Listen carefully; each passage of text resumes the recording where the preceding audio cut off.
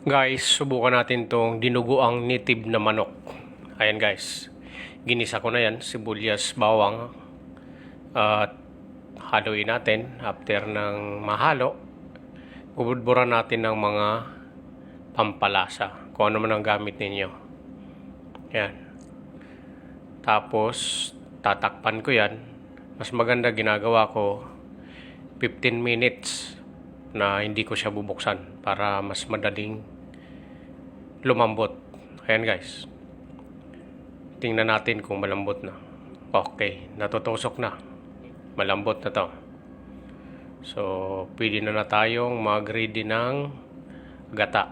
Ito na yung gata, ito yung nyog, ito yung kailangan nating sunugin. Kaso hindi kami makapaggatong sa labas, kaya gagamitan ko siya ng torch. So pamamaraan na ito guys, magdadagdag siya ng aroma dun sa dinuguang manok natin, yung magiging amoy ng sinunog na nyog. Kaya ito yung pamamaraan namin dito sa probinsya. Gagayahin ko guys, susubukan nating magluto ng dinuguang manok. Ayan, sinusunog ko na siya at tumuusok. Ang sarap ng amoy, parang nagkukopra ka lang.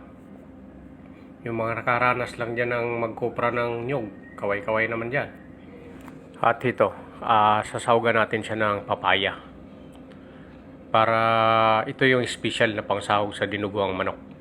Masarap to. Ito na, ihalo na natin yung gata na mix na ng dugo ng manok. After natin itong mailagay, kailangan nating haluin lang ng haluin hanggang lumapot. Dito na, kapag malapot na to, dito natin to titimplahan para pwede na siyang papakin. Dito, dadagdagan ko siya ng siling labuyo. Ito yung pampasarap dito, yung maanghang, kasi nasa Bicol nga eh. Nandito yung Bicol Express, kaya mahilig kami sa maanghang. Maanghang na pagkain, pero hindi mahanghang na salita. Mga mapagmahal kaming Bicolano. So guys, luto na to. Kain tayo.